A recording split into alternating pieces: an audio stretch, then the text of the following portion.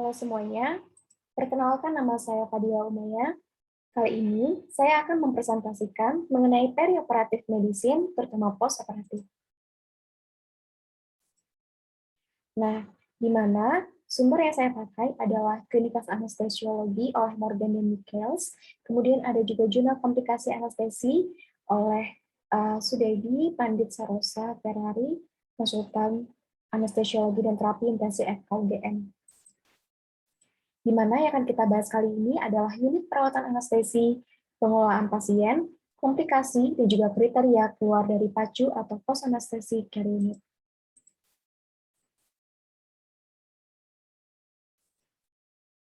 Untuk unit perawatan anestesi, di mana yang pertama ada desain, yang kedua ada peralatan dan monitor, yang ketiga ada staff, dan yang keempat ada standar PACU.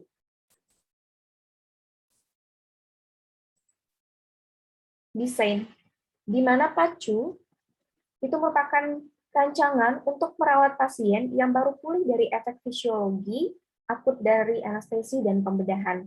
Nah, tanggung jawab ahli anestesi itu berlanjut sampai tanda-tanda vital itu normal telah ditetapkan dan juga kondisi pasien itu stabil. PACU itu sebaiknya terletak di dekat kamar operasi, karena sehingga pasien itu dapat didorong lagi untuk pembedahan bila diperlukan, atau anggota dari kamar operasi itu dapat segera hadir ke pasien. Nah, berdekatan juga dengan radiologi, laboratorium, bank darah, dan juga fasilitas perawatan intensif lainnya. Kemudian pencahayaan cukup luas, pencahayaan cukup dan cukup luas juga untuk mengakses pasien yang terpasang infus, ventilator, dan peralatan radiologi. Selanjutnya untuk sumber arus listrik, oksigen, dan juga suction harus ada pada setiap ruangan. Nah, untuk peralatan dan monitoring, di mana ada monitor pulse oximetry, monitor EKG, tensimeter otomatis untuk setiap pasien. Ini ketiga monitor tersebut harus digunakan pada setiap pasien pada fase awal pemulihan dari anestesi. Kemudian ada tensimeter air raksa atau pegas, di mana untuk mendukung monitor tekanan darah yang non-invasif. Kemudian ada monitor tekanan arteri, vena sentral, dan monitoring tekanan intrakranial.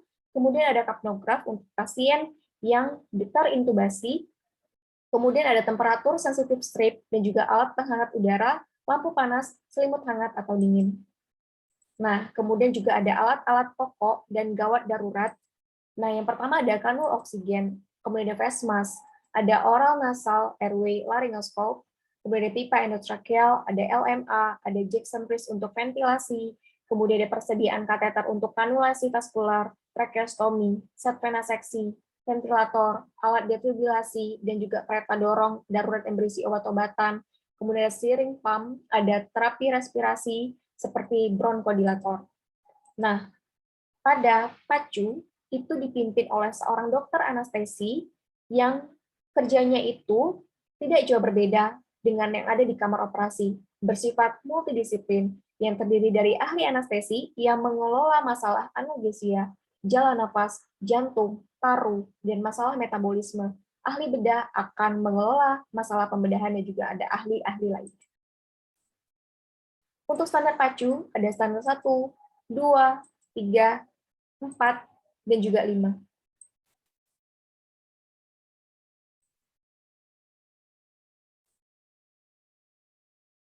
Pengelolaan pasien, ada transportasi dari kamar operasi, pemulihan rutin, pengendalian nyeri, agitasi, dan mual muntah, serta menggigil dan hipotermia.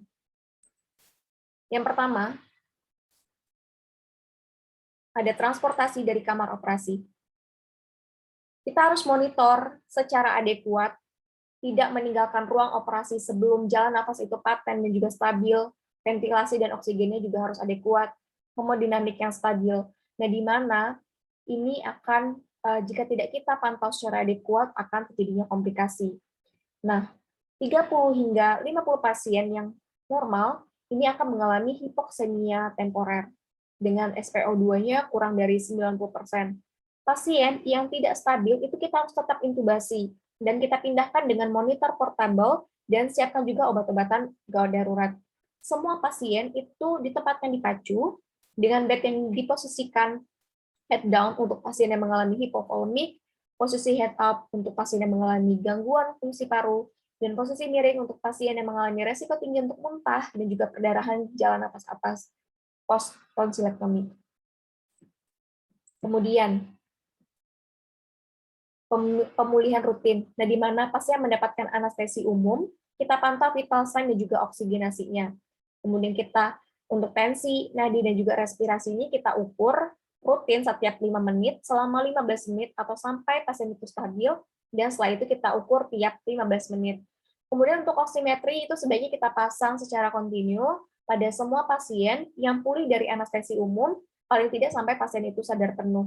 Kemudian temperatur paling tidak kita ukur sekali. Pasien yang sadar, itu kita berikan oksigen sekitar 30-40% selama pemulihan. Kemudian pasien yang memiliki risiko tinggi hipoksia, maka kita monitor secara kontinu dan juga kita lanjutkan treatment oksigennya saat keluar dari PACU. Kemudian kita ukur analisa gas darah jika pasien yang memiliki bacaan oksimetrinya itu tidak normal. Nah, bagaimana pasien yang mendapatkan anestesi regional? Nah, pasien sedasi berat dan hemodinamik tidak stabil, kita berikan suplemen oksigen di PACU. Tingkat sensorik dan motorik itu kita catat secara periodik. Kemudian kita nilai blokade motoris ekstremitas inferior oleh spinal anestesi, kita gunakan Bloom's score. Kemudian tensi harus selalu kita monitor pada pasien yang mendapatkan anestesi spinal dan juga epidural. Setelah itu kateter kandung kemih itu kita perlukan pada pasien yang mendapatkan anestesi spinal atau epidural yang lebih dari 4 jam. Nah, bagaimana penanganan dari nyeri? Nah, jika pasien mengalami nyeri ringan sedang, kita bisa berikan acetaminophen yang ditambah dengan kode interoral atau juga bisa diberikan keterolak. Nah, untuk pasien yang mendapatkan nyeri sedang berat, maka kita pilih adalah opioid yang diberikan secara parenteral atau intraspinal anestesi regional atau blok SARA spesifik, di mana opioid digunakan titrasi dengan dosis kecil intravena, umumnya itu aman. Nah, opioid yang bisa diberikan adalah amiperidin, hidromorphon, dan juga morfin, di mana morfin ini paling umum dipakai. Puncak analgesiknya itu ada 4-5 menit, dan kemungkinan dapat mendapatkan efek samping yaitu depresi napas. Kemudian untuk pemberian opioid secara intramuskular itu tidak menguntungkan pada pasien karena onsetnya itu bervariasi 10-20 menit dan depresi napasnya itu bisa terjadi hingga 1 jam. Kemudian pasien yang dipasang kateter epidural kita bisa berikan fentanyl, sumfentanil, morfin, kemudian penggunaan alpha 2 agonis seperti klonidin, meverazzole dan juga dextroamphetamine ini dapat meningkatkan sebagai adjuvan terapi. Kemudian agitasi. Nah, pasien yang mengalami nyeri, gangguan sistemik yang serius, kandung kemih yang penuh, atau komplikasi dari pembedahan dapat menyebabkan agitasi atau gelisah pada pasien. Yang bisa kita lakukan, kita tahan lengan dan kaki pada pasien agar tidak terjadi perlukaan pada diri sendiri, terutama pada anak-anak. Kemudian jika agitasinya menetap, maka kita bisa berikan midazolam intravena intermittent 0,05 mg per kilogram. Nah, kemudian kunjungan orang tua pada anak-anak yang dirawat di PACU itu dapat menurunkan tingkat kecemasan juga. Bagaimana dengan mual muntah? Penyebabnya adalah hipotensi karena anestesi spinal atau epidural, pemberian opioid, pembedahan intraperitoneal, dan bedah strabismus, wanita yang menstruasi, peningkatan tonus vagal, dan manifestasi bradikardia mendadak. Treatmentnya adalah anestesi propofol. Kemudian bisa diberikan droperidol secara intravena, metoclopramid, kemudian selektif 5-hidroksitriptamin reseptor 3 antagonis seperti ondansetron, granisetron, dolasetron, kemudian bisa diberikan dexamethasone, kemudian yang ditambahkan dengan anti muntah lainnya, ini dapat menurunkan muntah yang sukar disembuhkan.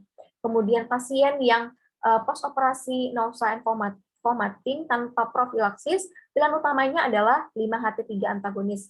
Kemudian pasien yang PONV-nya dengan profilaksis sebelumnya, maka pilihan utamanya adalah metoclopramid. Nah, pasien yang menggigil dan hipotermia. Menggigil itu adanya akibat dari hipotermia intraoperasi atau karena adanya agen dari anestesi. Penyebabnya hipotermia ini ada redistribusi panas dari bagian tengah tubuh ke bagian tepi tubuh, suhu sekitar ruangan operasi itu dingin, bisa juga disebabkan oleh luka besar yang terbuka lama, penggunaan sejumlah besar cairan intravena yang tidak dihangatkan, serta adanya aliran gas yang tinggi dan tidak dilembabkan. Bagaimana treatmentnya? Untuk treatmentnya itu kita bisa berikan alat penghangat udara, lampu hangat, dan juga selimut hangat. Apabila menggigilnya ini hebat, maka kita bisa berikan meperidine intravena dosis kecil 10-50 mg. Terjadi komplikasi, yaitu yang pertama komplikasi respirasi, yang pertama ada sumbatan jalan nafas. Penyebabnya adalah pasien yang tidak sadar karena lidahnya itu jatuh ke belakang dari paring posterior, spasme laring, edema glotis, sekresi, muntahan, darah, atau tekanan luar dari trakea. Tandanya apa? Untuk sumbatan parsial dan jalan nafas adalah stridor. Untuk sumbatan total, tandanya adalah aliran udara yang terhenti, suara nafas yang menghilang, dan gerakan paradoksal dada. Bagaimana treatmentnya? Kita bisa lakukan jaw thrust dan memiringkan kepala pasien. Kita tarik lidah ke depan dan kita buka jalan nafas. Kita pasang pipa nasal atau oral, ini sering meringankan masalah. Nah, pipa nasal ini lebih ditolerir. Kemudian, spasme laring. Nah, jika mengalami spasme laring, kita bisa memberikan jaw thrust yang dikombin dengan tekanan positif jalan nafas lewat face mask. Kemudian, spasme laring yang parah ini kita terapi secara agresif, di mana dosis kecilnya itu succinylcholine 10-20 mg dan ventilasi tekanan positif dengan oksigen 100% ini dapat mencegah hipoksia berat atau edema paru tekanan negatif. Nah, selanjutnya adalah komplikasi respirasi yang hipoventilasi, di mana PaCO2 itu lebih dari 60 mmHg atau pH darah arteri yang kurang dari 7,25, di mana tandanya adalah pasien ini mengantuk, sumbatan jalan nafas, laju nafasnya itu pelan, kaki penuh dengan nafas dangkal, dan juga sulit bernafas. Ini kita bisa lakukan analisa gas darah arteri, di mana treatment untuk hipoventilasi, kita bisa berikan terapi, itu sebaiknya kita lakukan, kita tujukan pada penyebab yang mendasarinya, tetapi tanda-tanda hipoventilasi selalu memerlukan ventilasi terkontrol sampai faktor yang berperan itu diidentifikasi dan dikoreksi. Kemudian treatmentnya ada antagonis opioid berupa naloxone titrasi dengan dosis kecil untuk menghindari komplikasi-komplikasi oleh reverse depresi nafas atau tanpa reverse bermakna dari analgesia. Kemudian bila terdapat sisa dari pelumpuh otot, kita bisa berikan penghambat cholinesterase. Kemudian alternatifnya lain itu bisa digunakan doxapram 60-100 mg yang dilanjutkan dengan 1-2 mg per menit secara intravena. Kemudian hipoksemia. Hipoksemia ini penyebabnya adalah gelisah, takikardi atau iritable jantung, kebingungan, bradikardi, hipotensi, dan kardiak keras. Hipoksia ringan sampai sedang PaO2-nya itu 50-60 mmHg, kita bisa lakukan analisa gas darah arteri. Nah, treatmentnya adalah terapi oksigen. Kita beri rutin 30-60% oksigen dengan atau tanpa tekanan positif jalan nafas. Nah, pasien penyakit paru atau jantung itu memerlukan konsentrasi oksigen yang lebih tinggi. Terapi oksigen itu sebaiknya dipandu dengan SpO2 atau analisa gas darah arteri, kemudian konsentrasi oksigen itu dikontrol dengan ketat untuk menghindari tercetusnya gagal nafas akut. Kemudian hipoksemia berat dan atau menetap itu harus diberi oksigen 100% lewat non-breathing mask atau NRM atau endotracheal tube atau EPT sampai penyebabnya itu diketahui dan terapi lainnya itu dimulai. Komplikasi sirkulasi itu ada hipertensi dan juga hipotensi dan juga aritmia. Kemudian untuk yang hipertensi pertama, ini umumnya terjadi 30 menit pertama setelah tindakan. Ini akibat dari rangsangan nyeri, dari sayatan, intubasi trakea, atau kandung kemih penuh. Pasien yang mendapatkan hipertensi ringan itu sebenarnya tidak memerlukan terapi, tapi kita bisa mencari penyebab reversibel. Kemudian pasien yang mendapatkan peningkatan hipertensi yang ringan sampai sedang, kita bisa berikan beta blocker intravena seperti labetalol, esmolol, atau juga propranolol. Kemudian ada CA channel blocker, kemudian bisa diberikan nifedipin, sublingual, kemudian hidralazin juga bisa diberikan, tapi dia akan menyebabkan takikardi dan dihubungkan juga dengan iskemik miokard atau infark. Nah, untuk hipotensi, ini disebabkan oleh adanya penurunan venous return atau gangguan fungsi ventrikel kiri, di mana kita dapat meningkatkan tensi setelah bolus cairan 250 sampai 500 ml kristaloid atau 100 sampai 250 ml koloid. Kemudian aritmia, di mana gangguan pernafasan itu berperan dalam memacu aritmia jantung seperti hipoksemia, hiperkardia, dan juga asidosis. efek-efek dari sisa dari agen anestesi, peningkatan aktivitas sistem saraf simpatis, abnormalitas metabolik lainnya, dan adanya penyakit jantung dan juga paru. Bradikardi ini adanya efek sisa dari cholinesterase inhibitor, opioid sintetis yang poten, atau beta blocker. Kemudian ada takikardi, di mana efek dari agen antikolinergik atau vagolitik, beta agonis, takikardi, serta penyebab umum seperti nyeri, demam, hipovolemia, dan anemia.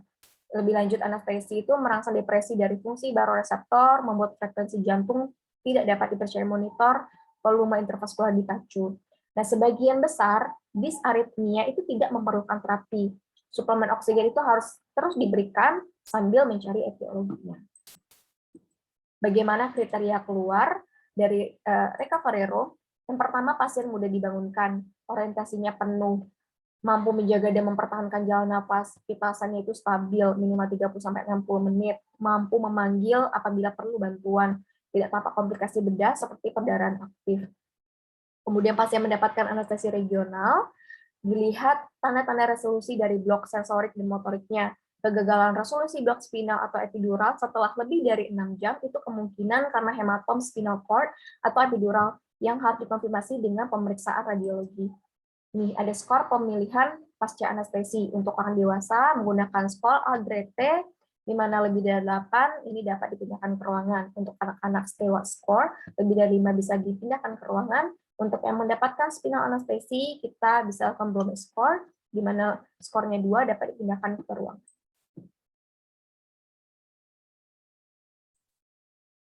Baik, sekian presentasi dari saya. Apabila terdapat kesalahan dan kekurangan, saya minta maaf. Terima kasih.